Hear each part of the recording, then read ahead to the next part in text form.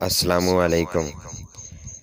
ویسے تو زندگی میں بہت اتار چڑھاؤ آتے ہیں، لیکن 3 وجہ ایسی ہیں جو زندگی میں ہوتے ہی انسان کو بدل کر رکھ دیتی ہیں۔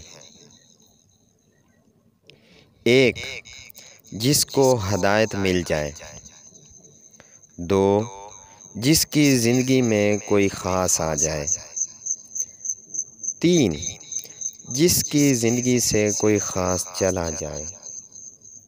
انسان بھی کیا چیز ہے، دولت پانے کے لیے اپنی صحت کھو دیتا ہے، پھر واپس صحت پانے کے لیے اپنی دولت کھو دیتا ہے۔ مستقبل کا سوچ کر اپنا حال ضائع کر دیتا ہے،